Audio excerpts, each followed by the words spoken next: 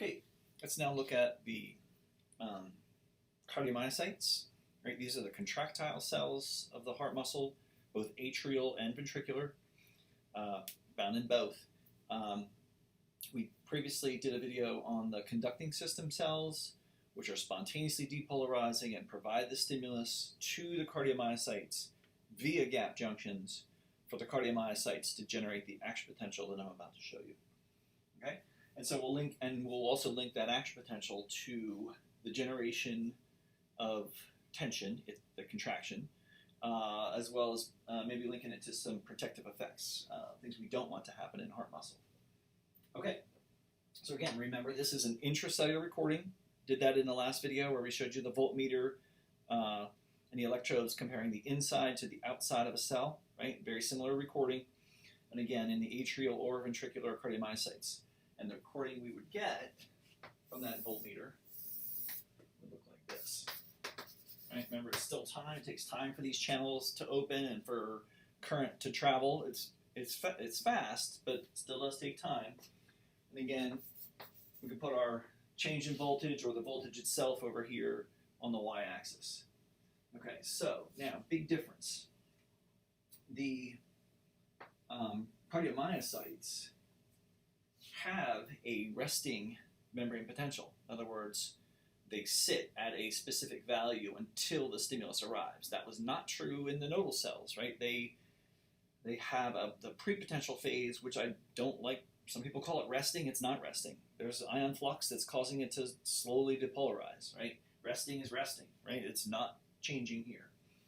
It is these cells are a little bit more negative. It's about minus 90 millivolts difference between inside and outside, and that's really kind of irrelevant, but they are a little bit more negative.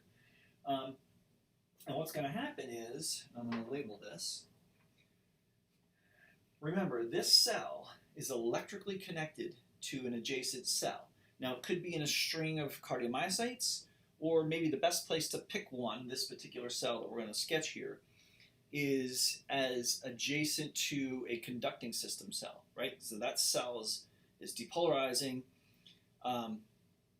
You could think of it as like linked right to the AB node, or sorry, the SA node if you wanted to, just for making sense of this. But that spontaneously depolarizing cell is linked electrically to a non-spontaneous cell, this one, right? Now, once the non-spontaneous cells start to depolarize, then you can link them one after another, and each one will trigger the next, right?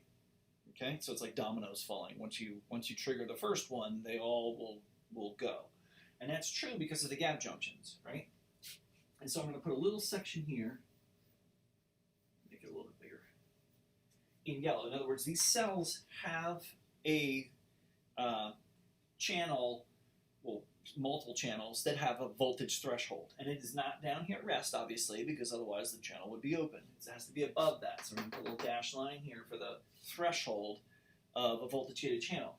Now, the first channel to open is a fast sodium channel, and so we're going to get this very rapid depolarization. Now, the reason I did this little yellow section down here at the bottom is you have to get to the threshold. You get to the threshold because of the current traveling through gap junctions from the adjacent cell. So, right, so this cell's just sitting there minding its own business. When the cell next to it, to which it's connected through gap junctions, depolarizes, current will travel from that first cell into this cell, depolarizing it, getting it to threshold, and opening this voltage-gated sodium channel. Right, sodium comes in. Now, this is probably also sodium entering this cell, but it's entering it across the gap junctions from the adjacent cell, not across voltage-gated channels in this cell. Okay? That's an important distinction. This cell will sit here and do nothing unless this current arrives, right, from an adjacent cell. Depolarizing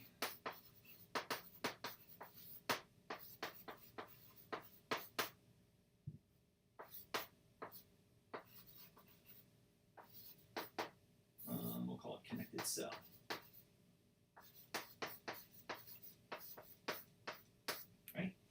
depolarizing current from a connected cell arrives, depolarizes this guy to threshold, boom, sodium channel's open. Then we get, there's a little funky spike here at the top, which we don't have to worry about. It's a little bit of, well, I shouldn't draw that, make this red too.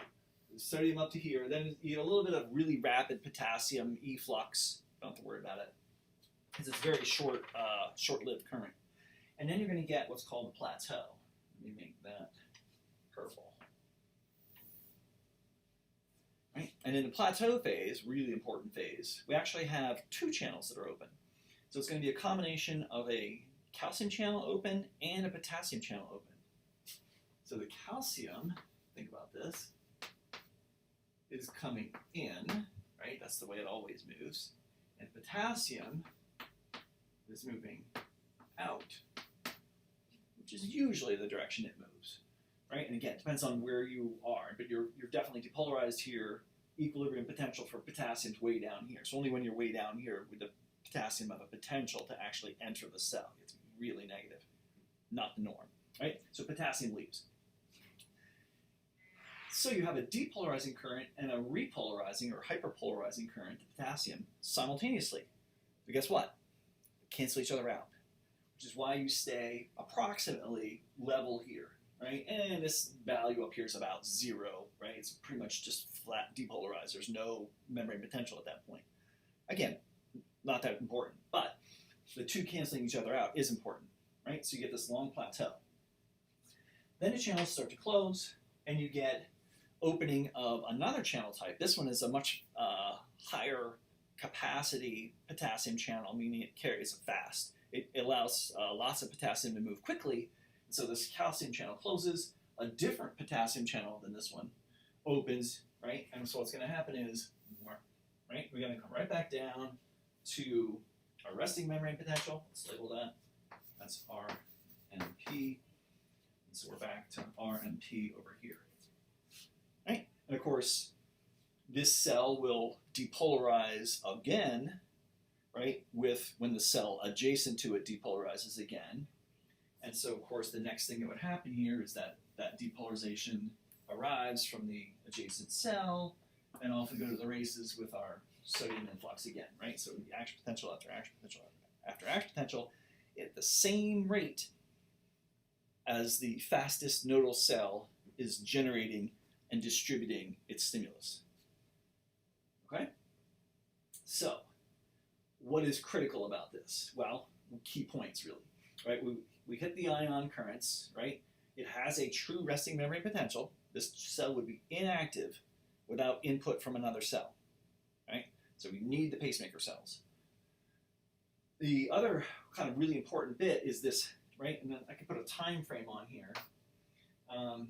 It lasts about 250 to maybe even 300 milliseconds, which doesn't sound very long, right? That's a quarter to almost a third of a second. But that's a long action potential. Action potentials in skeletal muscle that you learn about in AP1 last like a couple of milliseconds. So this is a really long action potential. Here's the rationale. This is the contractile cell, right? This is the cardiomyocyte. Calcium into a muscle cell, right? Calcium is the trigger for all types of muscle cells to contract. And so this calcium coming in actually triggers intracellular calcium release. Remember the endoplasmic reticulum in a muscle cell called the sarcoplasmic reticulum releases more calcium. And so the cytoplasmic calcium rises during the action potential, right? And so if we were to put the tension that's developed in response to this action potential, right, that's a mechanical, I can't really put it on this graph because the unit's over here, right? But if we were to just sort of like think about it, the twitch, the tension developed would occur, I'll put it in dashed here so we don't start thinking it's electrical, right? That's the twitch, right? Hopefully you can see that, right? I put a twitch here sort of superimposed underneath the action potential because the calcium coming in during the plateau binds to troponin, moves to tropomyosin, allows cross bridges, the actomyosin complex to form, and we get tension development. Well, guess what?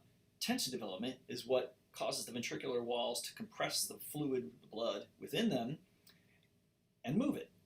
Okay? Whether it's the atrium contracting to move blood into the ventricles, or the ventricles contracting to move blood out into the arterial circuits, right? Pulmonary or systemic, depending on if we're talking about right or left. Okay. Now, why is this so important? Well, it's really important because you can't get an action potential on top of an action potential. It's called a refractory period, right? You can't open channels, right? And you just can't get another action potential to occur during this one. It has to be after somewhere, right? And notice the tension ends pretty much, right, in coinciding with the end of the action potential.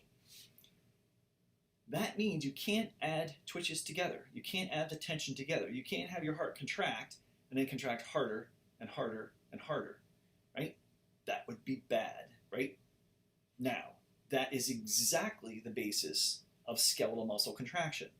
Individual twitches are really weak and really fast in skeletal muscle. Therefore, we want them to add together. It was called wave summation in tetanus. If you don't remember it, look it up. It's important because of the contrast here, right? But so in that scenario, you'd have this really fast action potential that would end here, right? And then the tension, right, would be afterwards because the action potential is so quick.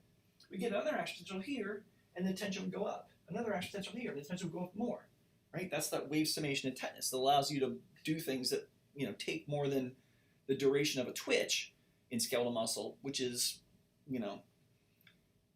at maximum 0.2 of a second. Right? How many things can you do in life that take you 0.2 of a second? Blink, move your eyes, right? That's about it. Getting out of a chair takes longer than that, which means wave summation in tetanus is really important to skeletal muscle, the long action potential in the cardiomyocytes, and therefore the long refractory period, absolute refractory period is the important one. The long absolute refractory period means you cannot get wave summation or tetanus, which means you cannot get your heart muscle to contract and contract and contract and contract. If you think about that, is it moving any blood after about the first or second of those sort of squeezes? No, the blood has already left, right? So all of a sudden, this harder and harder contraction is doing no work, right? Which is bad. So every heartbeat is an individual twitch in cardiac muscle, as opposed to every skeletal muscle contraction, which is the summation of, at least in almost all cases, the summation of multiple twitch tensions, right?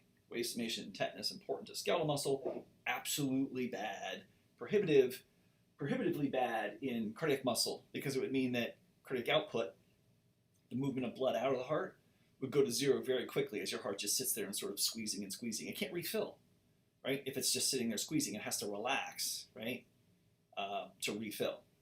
And to point that out, the terminology that goes along with that, as the heart contracts, that's called the systolic phase or systole. And as it relaxes and refills, that would be called the diastolic phase. Okay? And that's true whether we're talking about atria or ventricles. You could talk about atrial systole and diastole or ventricular systole and diastole. Do they occur at the same times? No, because we want our atria to be stimulated and contract before our ventricles are stimulated and contract. Okay.